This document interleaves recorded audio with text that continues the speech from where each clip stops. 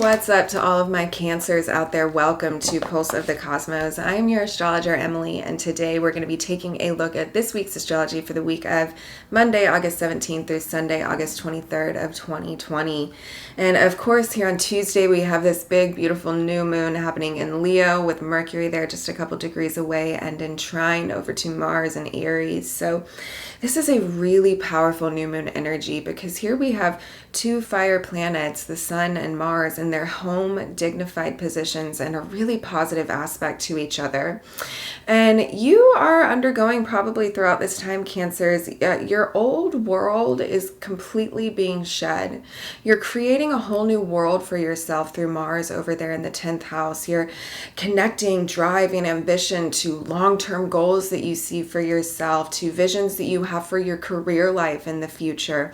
And this is really positively affecting this new moon over here since it's in trine to Mars in your 10th house. And the new moon is in your fourth house, or I'm sorry, your second house. So your second house deals with your worth and your value, your physical worth, your material worth, but also your personal worth, your self-worth and your self-value. And this new moon is also going to be in quincunx to Saturn over there in Capricorn, where we're definitely being asked to take a responsibility in some sense of our lives and to step up to the plate and to kind of step up to some of these challenges that are coming our way that might be challenging to your self-worth, might be challenging to your self-value. And at the 7th house, we're looking at relationships.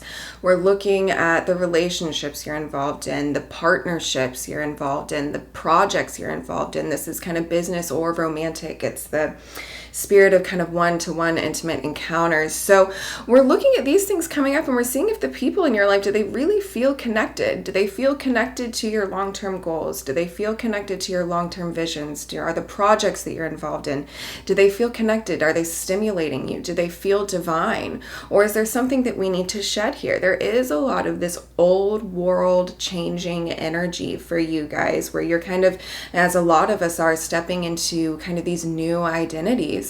And Mars, come the very end of this week, is going to be coming into his exact square with Saturn. And Saturn is over there, like I said, in Capricorn, your 7th house. And Mars is going to be holding these squares for a minute. So, because Mars is going retrograde here in September.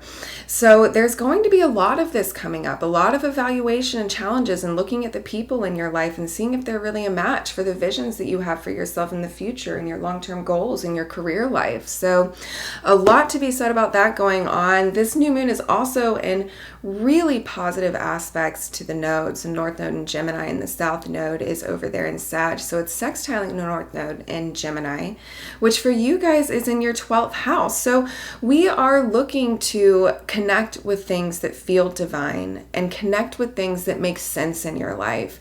And there's a real opportunity here to take a step back and look at the facts and the data of the relationships in your life and the goals that you have in your career life and see if things are making sense or if there needs to be a shift or a change that needs to be made. And it could have something to do even with the people that you're surrounding yourself with. Uranus is over there in Taurus, your 11th house, and he's officially gone retrograde now as of last week. And 11th house deals with our social groups, our friendship groups, kind of the people that we surround ourselves with. And as Uranus is going retrograde through this area, there might be some radical shifts and some radical changes in this area connected to kind of this old world changing process that you're going through. But we're definitely stepping into more divine, more positively aligned spaces that are aligned with our transcendental soul and our higher self. So a lot going on this week, but let's peek into the cards and see what's going on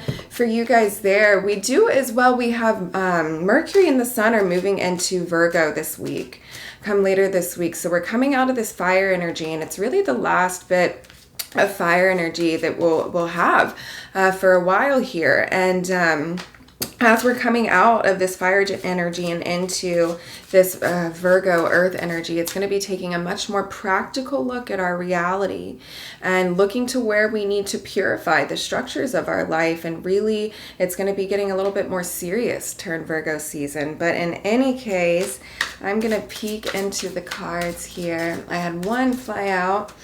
We had one little message for you guys come, or two fly out. Okay, so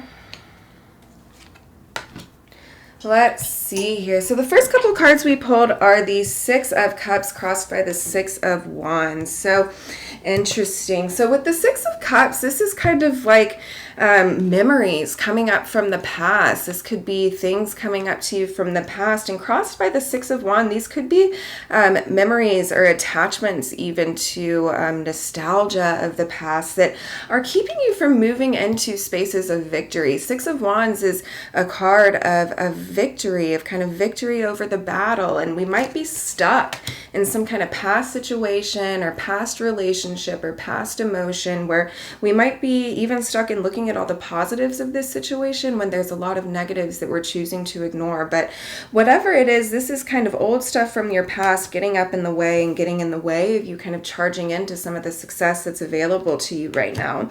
And we did pull the Tower as the final card here. So yeah, this could be a week of things kind of falling apart in your life, and it can be very chaotic, but also this could be you choosing to implement this Tower moment in your life and say, this needs to end. This is no longer working for me. This is part of my old world and it's not matching up with my new identity. And I'm choosing to step into my inner authority and my inner space and really act from the heart space with all of this action in Leo. So there's definitely could be some stressful moments coming up with you guys this week. And I just want you to remember that sometimes when we become so accustomed to suffering in our life, it requires a complete collapse of that to kind of release all of that negative energy into the ethers and kind of start from a new, more positive foundation. So in any case, I love you guys, my Cancers, so much out there. I hope you are doing well, and I will be back next week.